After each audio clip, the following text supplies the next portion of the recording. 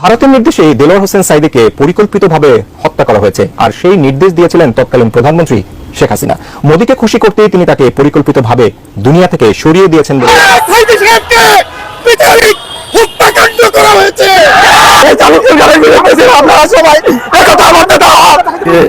Social মিডিয়াতে আমি দেখছিলাম ওনার এই খবরটা। দেলোয়ার হোসেন সাঈদীকে কারা মেরেছে এই বিষয়টা তো আমরা তখনই জানতে পেরেছি যখন দেলোয়ার হোসেন সাঈদীকে মারা হয়েছিল। আর ভাই, অসুস্থতা, ওই হাসপাতাল নেওয়া, এটা তো জাস্ট একটা নাটক ছিল। এই বিষয়টা তারা কেবলমাত্র জানতে পারলো। চলেন আপনাদেরকে আজকে পুরো ভিডিওটি দেখাই, কারা আসলে এই দেলোয়ার হোসেন সাঈদীকে কিভাবে, কারা এবং কিভাবে হত্যা করেছিল, পরিকল্পনা নাকি এমনিতে মারা গেছে না কিভাবে মারা গেছে, পুরো ভিডিওটি দেখেন, তাহলে পুরোপুরি ক্লিয়ার হয়ে যাবেন। হত্যা করা হয়েছে, আর সেই নির্দেশ দিয়েছিলেন তৎকালীন প্রধানমন্ত্রী শেখ হাসিনা। মোদীকে খুশি করতেই তিনি তাকে পরিকল্পিতভাবে দুনিয়া থেকে সরিয়ে দিয়েছেন বলে দাবি করেছেন তার ছেলে মাসুদ সাঈদী। বিচারের জন্য শেখ হাসিনাকে বাংলাদেশে ফেরত দেওয়ারও আহ্বান জানিয়েছেন তিনি। আরো জানাচ্ছেন এসআই রাজ। আল্লামা দেলোয়ার হোসেন সাঈদী বিশ্বখ্যাত ইসলামিক আলোচক, স্কলার ও রাজনীতিবিদ। তিনি অন্যায়ের বিরুদ্ধে ছিলেন আপোষহীন। জালেমদের শত অত্যাচারে তিনি ছিলেন অবিচল। জীবনের শেষ 13টি বছর বহু কষ্টে কারাগারে কাটিয়েছেন। তবুও স্বৈরাচার জালিমদের কোনো ফাঁদে পা দেননি, জালিমদের বশ্যতা স্বীকার করেননি। 2023 সালের 14 আগস্ট রাত 8:40 হৃদরোগে আক্রান্ত হয়ে মারা যান তিনি। তবে তার এই মৃত্যুকে স্বাভাবিকভাবে দেখছে না তার পরিবার। অ্যান্টিব্যাকটেরিয়াল অ্যাডিটিভ যুক্ত সেরা ওয়াটার ট্যাঙ্ক বিশুদ্ধ পানিতে ব্যাকটেরিয়া জন্মাতে দেয় না। ভারতের বিরুদ্ধে বিরোচিত ভূমিকা রাখার কারণে আল্লামা দেলোয়ার হোসেন সাঈদীকে ভারতের নির্দেশেই পরিকল্পিতভাবে হত্যা করা হয়েছে বলে দাবি করেছেন তার ছেলে মাসুদ সাঈদী। 14 ডিসেম্বর জাতীয় প্রেস ক্লাবের আব্দুস সালাম হলে আমার দেখা আল্লামা সাঈদী বইয়ের প্রকাশনা উৎসব ও আলোচনা সভায় তিনি এ দাবি করেন। অনুষ্ঠানে মাসুদ সাঈদী বলেন, 2010 সালের 29 জুন আল্লামা সাঈদীকে গ্রেফতার করা হয়। ওই সময় আল্লামা সাঈদী সহ জামাতের নিরীহ নেতাদের তথাকথিত যুদ্ধাপরাধের মামলায় গ্রেপ্তার করে কাউকে 10 বছর, কাউকে 12 বছর, কাউকে আবার 13 বছর কারাগারে আটকে রেখে তাদের পরিকল্পিতভাবে হত্যা করা হয়েছে। সে সময় গোটা বিচারটাই ছিল প্রহসন। তাদের বিরুদ্ধে যুদ্ধাপরাধের অভিযোগ ছিল নাটক। মূলত ভারতের আগ্রাসনের বিরুদ্ধে বিরোচিত ভূমিকা রাখার জন্য তাদেরকে পরিকল্পিতভাবে হত্যা করা হয়েছে। সাঈদী পুত্র আল্লামা সাঈদী বলেন, কেন তারা আল্লামা সাঈদীর কণ্ঠ স্তব্ধ করতে চেয়েছে? এর কারণ ভারতীয় রাজনীতি ও অর্থনৈতিক আগ্রাসন যখন বাংলাদেশের ওপর চেপে বসত, তখন সবার আগে বাঘের মতো গর্জে উঠত আল্লামা সাঈদীর কণ্ঠ। আমি তার সন্তান হিসেবে বলছি না, ওই যে শুরুতে বলেছি। এ সময় জুলাই বিপ্লবে নিহত শহীদদের রক্তের ঋণ শোধ করতে সবাইকে ঐক্যবদ্ধ থাকার আহ্বান জানিয়ে মাসুদ সাঈদী বলেন, শেখ হাসিনা দেশের প্রতিটি সেক্টরে দুর্নীতি, লুটপাট এবং হাজারো অনিয়মে ধ্বংস করে দিয়েছে। জুলাই অভ্যুত্থানের বীর যোদ্ধাদের ওপর নির্বিচারে গুলি চালিয়েছে। এদেশে আর কোনো স্বৈরাচারের ঠাঁই হবে না। জালিমের প্রতি দয়া দেখানো, মজলুমের রক্তের সাথে বেঈমানি করা। সুতরাং আওয়ামী লীগের প্রতি কেউ মায়া দেখাতে আসবেন না। অনুষ্ঠানে মাসুদ সাঈদী বলেন, দেশের প্রশ্নে, স্বাধীনতার প্রশ্নে কারো মধ্যে কোনো বিভেদ নেই। যে বা যারা বিভেদ সৃষ্টির চেষ্টা করবে তাদের দেশের জনগণ ঘৃণা ভরে ইতিহাসের আস্থা করে নিক্ষেপ করবে। আওয়ামী লীগের ওই নতজন পররাষ্ট্রনীতি এই সরকারের আমলে আর এই ছাত্র জনতার গণ অভ্যুত্থানের বাংলাদেশে। আপনারা সবাই এরই মধ্যে জানেন যে দেলোয়ার হোসেন সাঈদী ইন্তেকাল করেছেন। গতকালকে সোশ্যাল মিডিয়াতে আমি দেখছিলাম ওনার এই খবরটা। তো আমার কাছে কেন জানি মনে হচ্ছে যে উনি এত অসুস্থ হন নাই যে মারা যাবেন, তাকে হত্যা করা হয়েছে। কারণ গতকালকে যখন আপনার সোশ্যাল মিডিয়াতে তার ভিডিওটা আমি দেখছিলাম, তিনি গাড়ি থেকে বের হয়েছেন, পুলিশের বের হয়ে তারপরে সবাইকে তিনি সালাম দিয়েছেন হাসি মুখে, তারপরে তিনি হসপিটালে যাচ্ছিলেন। তো এর মানে এই না যে তিনি অসুস্থ হন না, অবশ্যই অসুস্থ হয়েছেন, কারণ জেলখানার ভেতরে এরকম অনেক মানুষ আছে যারা সরকার বিরোধী, তারা প্রচন্ড অসুস্থতা বোধ করার পরেও তাদেরকে হসপিটালে যেতে দেওয়া হয় না। অথচ আওয়ামী লীগের এই সম্রাট থেকে শুরু করে যেসব বদমাইশ সন্ত্রাসী এসব আছে, তাদেরকে ঠিকই জেলখানায় যাওয়ার পরপরই সারা পুরোটা সময় তাদের যে ক বছর তারা জেলে থাকে তাদের হসপিটালে থাকার সুযোগ দেওয়া হয়। তো এটা হচ্ছে পার্থক্য। দেলোয়ার হোসেন সাঈদী অবশ্যই অসুস্থতা বোধ করেছেন, সেটা কনফার্ম হওয়ার পরই কারা কর্তৃপক্ষ তাকে জেলখানায় এই হাসপাতালে যাওয়ার সুযোগ দিয়েছেন। কিন্তু আমার সন্দেহটা এই কারণেই যে এটাই যে কথাটা তার পরিবারের পক্ষ থেকে কিংবা দলের পক্ষ থেকে সংবাদ মাধ্যমকে জানানো হয়েছে যে তাকে এটা এটা মৃত্যু নয়, এটা একটা হত্যাকাণ্ড ছিল, তাকে মানে ইচ্ছা করি তারপরে মৃত্যুর মুখে ঠেলে দেওয়া হয়েছে অথবা হত্যা করা হয়েছে। কারণ হসপিটালে যাওয়ার পরেও, এত অসুস্থতার পরেও তাকে কালকে তার পরিবারের লোকজনের সাথে দেখা করতে দেওয়া হয় নাই, তারপরে কোনো আপডেট জানানো হচ্ছিল না। মারা যাওয়ার পরে তাদেরকে জানানো হয়েছে যে তিনি মারা গেছেন। তো দেলোয়ার হোসেন সাঈদী কেন জেলে সেটা আমরা সবাই জানি, কারণ আওয়ামী লীগের একজন খুব কট্টর যে মানুষ আছে, সমর্থক আছে, এরকম অনেক মানুষকে আমি চিনি যারা কিনা দেলোয়ার হোসেন সাঈদীকে পছন্দ করে।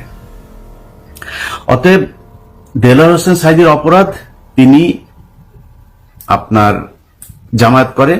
দেলোয়ার হোসেন সাঈদীর অপরাধ তিনি ভারতের বিরুদ্ধে কথা বলে, এর বাইরে দেলোয়ার হোসেন সাঈদীর কোনো অপরাধ নাই। এই কারণেই তাকে হত্যা করা হয়েছে। এখন দেখেন, দেলোয়ার হোসেন সাঈদীর যেসব কথাবার্তা বলতেন, এই কথাবার্তা যদি তিনি শুধু চরমনায় পীর সাহেব বা অন্যান্য যারা আপনার ওয়াজ টোয়াজ করে, হ্যাঁ, সরকারের মতো করে, ওই যে হেলিকপ্টার হুজুর এরকম অনেকে আছে না, এরকম যদি এইভাবে যদি তাল মিলায় চলতো তাহলে দেলোয়ার হোসেন সাঈদীর আজকে এই সমস্যা হতো না। অতএব ভারতের আক্রোশের শিকার হচ্ছে জামায়াত ইসলামী সহ দেলোয়ার হোসেন সাঈদী, তাদেরকে এই কারণেই মরতে হয়েছে। এখন দেলোয়ার হোসেন সাঈদীর ফোন রেকর্ড বের করা হয়েছে, এরকম অনেক কিছু। ধরে নিলাম যে দেলোয়ার হোসেন সাঈদীর সে ফোন রেকর্ড ঠিক আছে, এটার জন্য কি দেলোয়ার হোসেন সাঈদী 13 বছর জেলখানায় থাকবে, 12 বছর জেলখানায় থাকবে? এটার জন্য তাকে এইভাবে মৃত্যুর মুখে ঠেলে দিতে হবে? এটা কোনো অপরাধ? যদি সেটাই হতো তাহলে ডাক্তার মুরাদ যে আপনারা জানেন সেই ভিডিও অডিও রেকর্ড, সেই মায়ের সাথে কি হয়েছিল, তো এরপরে তো ডাক্তার মুরাদকে তো 1 সেকেন্ডের জন্য জেলে যেতে হয় নাই। ময়মনসিংহ 6 আসনের এমপি নাজিমউদ্দিন, তার ভিডিও বের হয়েছে, নাজিমউদ্দিনকে তো জেলে যেতে হয় নাই। শেখ মুজিবের সহকর্মী যারা ছিল তারা বলেছে শেখ মুজিব কোথায় গিয়ে চশমা ফেলে এসেছে, তাহলে শেখ মুজিবেরও করা হোক, মরণোত্তর বিচার করা হোক। শেখ হাসিনার কথা তার নিজের একদম খুব কাছাকাছি থাকতো মতিউর রহমান রিন্টু লিখেছেন মৃণাল কান্তির সাথে শেখ হাসিনা কি কি করেছেন, শেখ হাসিনার বিচার হোক। অতএব এটা তো বাংলাদেশ তো আর শরিয়া ভিত্তিক কোনো রাষ্ট্র না, এখানে তো শরিয়া আইন চালু নাই যে তাকে এটা করতে হবে। অতএব শুধুমাত্র ভারত তাদের পছন্দের। আপনারা পুরো ভিডিও ক্লিপটি দেখলেন এবং এই যে পুরো নিউজটি শুনতে পারলেন, দেখতে পারলেন দেলোয়ার হোসেন সাঈদীকে কারা মেরেছিল। আর ভাই রে, দেলোয়ার হোসেন সাঈদীকে মারা হয়েছিল তো আমরা ভালো করে জানি।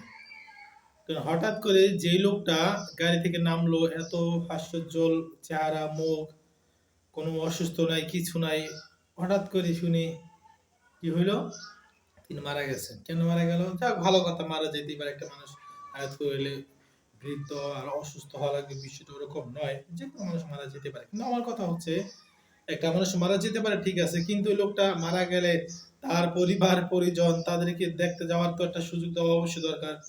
কারণ তিনি তো এত বড় অপরাধ করেন নাই যার কারণে তাকে তার পরিবারের লোক তাকে দিতে দেওয়া যাবে না, বা দিলে কোনো ক্ষয়ক্ষতি হয়ে যাবে, এরকম তো বিষয়টা না। তো তার পরিবারের কোনো লোককে কিন্তু মুখ দেখতে দেওয়া হয় নাই, সেটা বলে ঢাকা জানাজা দিবে সেখানে দিতে পারে নাই।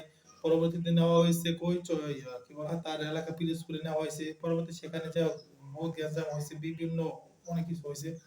তো যাক ভাই, পরিশেষে একটা কথা বলবো, যে কোনো জিনিস রাজনীতি করতে হয় আল্লাহ পাক রব্বুল আলামিনকে রাজি খুশি করার জন্য। আর এমন রাজনীতি, যে রাজনীতি করলে আল্লাহ তাআলা খুশি হয়। কিন্তু বর্তমানে কিছু ইসলামিক দলের নাম দিয়ে তারা ইসলামটাকে সিঁড়ি বানিয়ে কাজে লাগিয়ে তারপর তারা উপরে ওঠার চেষ্টা করতেছে, ক্ষমতা যাওয়ার চেষ্টা করতেছে, কিন্তু এটা আমরা কখনোই সাপোর্ট করি না। দেলোয়ার হোসেন সাঈদীকে আলেম হিসাবে অবশ্যই ভালোবাসতাম, কিন্তু তার কিছু কার্যকলাপ আছে, তিনি মরে গেছে, এই জন্য কখনো আমরা বলবো না। তিনি কখনো নারী নেতৃত্বকে হারাম বলতে পারেন নাই, এটা তার ব্যর্থতা ছিল। কারণ তিনি জানে এই নারী হারাম বলি তাহলে এই বাংলার জমিনে তাদের ঠাঁই হবে না, মানে তারা জীবনে কোনোদিন একটা সিটও পাইব না, এটা এরকম তার ধারণা ছিল। আর এই কারণে তারা নারী নেতৃত্বকে হারাম বলতে পারেন নাই, আফসোস লাগে। যাই হোক, লোকটা মারা গেছে, আল্লাহর কাছে দোয়া করে আল্লাহ যেন তাকে মাফ করে দেয়। তোর কোনো কথা না ভাই, যারাই ক্ষমতায় যাবেন, ক্ষমতা যেতে পারেন যেভাবে যার মনে হচ্ছে চান, কিন্তু ইসলামটাকে ঢাল হিসাবে ব্যবহার করেন না, সাধারণ মানুষকে মানে বোকা বানিয়ে তারপর আপনারা ক্ষমতা যায় না, এতটুকু অনুরোধ আপনাদের কাছে করতেছি। আল্লাহ হাফেজ। আসসালামু আলাইকুম। নূরে মুহাম্মাদি সাল্লাল্লাহু আলাইহি সাল্লাম থেকে সকল মাখলুক সৃষ্টি। হযরত ইবনে আব্বাস রাদিয়াল্লাহু তাআলা আনহু বর্ণনা করেন, সৃষ্টি শূন্য অবস্থায় নূরে মুহাম্মাদি সাল্লাল্লাহু আলাইহি সাল্লাম 12 সহস্র বছর ধরে আল্লাহ তাআলার ইবাদতে মশগুল থাকেন। অতঃপর আল্লাহ পাক নূরে মুহাম্মাদি সাল্লাল্লাহু আলাইহি সাল্লামকে 4 ভাগে ভাগ করে, 1 ভাগ দিয়ে আরশ, 1 ভাগ দিয়ে কলম, 1 ভাগ দিয়ে জান্নাত এবং 1 ভাগ দিয়ে আলমি আর রহ এবং সমগ্র মাখলুক পয়দা করেন। উল্লেখিত 4 ভাগের 3 ভাগ দিয়ে আল্লাহ পাক রব্বুল আলামিন জ্ঞান, বিবেক, লজ্জা ও প্রেম প্রীতি ভালোবাসা আর 1 ভাগ দিয়ে আমাকে সৃষ্টি করেন। নবী করিম সাল্লাল্লাহু আলাইহি সাল্লাম বলেন, আমি আল্লাহর শ্রেষ্ঠ নূর থেকে এবং সমগ্র জগৎ আমার নূর থেকে সৃষ্টি হয়েছে। এরপর আল্লাহ পাক রব্বুল আলামিন কলমকে আদেশ করেন আরশের উপর কালেমা লা ইলাহা ইল্লাল্লাহু মুহাম্মাদুর রাসূলুল্লাহ লিখতে। কলম আল্লাহর আদেশ পেয়ে 400 বছর পর্যন্ত কালেমা লা ইলাহা ইল্লাল্লাহ লিখতে থাকে। অন্য এক বর্ণনায় রয়েছে, কলম লা ইলাহা ইল্লাল্লাহ পর্যন্ত লিখে নিবেদন করলো, ইয়া রব্বুল আলামিন, আপনি তো এক ও অদ্বিতীয়, আপনার নামের সাথে যুক্ত এই সম্মানিত নাম কার শোভা পাচ্ছে? আল্লাহ পাক রব্বুল আলামিনের পক্ষ থেকে জবাব এলো, এই নাম আমার সম্মানিত হাবিবের, তুমি লেখো মুহাম্মাদুর রাসূলুল্লাহ। এই আদেশ আল্লাহ পাকের ভীতিকর সম্বোধনের প্রভাবে কলমের মুখ ফাঁক হয়ে যায় এবং কলম মুহাম্মাদুর রাসূলুল্লাহ লেখে। তখন থেকেই কলমের মুখে ফাঁক রাখার নীতি চালু হয়েছে, যা কিয়ামত পর্যন্ত চলতে থাকবে। সুবহানাল্লাহ। সম্মানিত ভিউয়ার্স, ভিডিওটি যদি একটু ভালো লেগে থাকে, ভিডিওটি আপনার বন্ধু বান্ধব, হোয়াটসঅ্যাপ, ইমো, টুইটার প্রত্যেকটা সোশ্যাল মিডিয়াতে আপনারা বেশি বেশি শেয়ার করে দিবেন। আল্লাহ হাফেজ।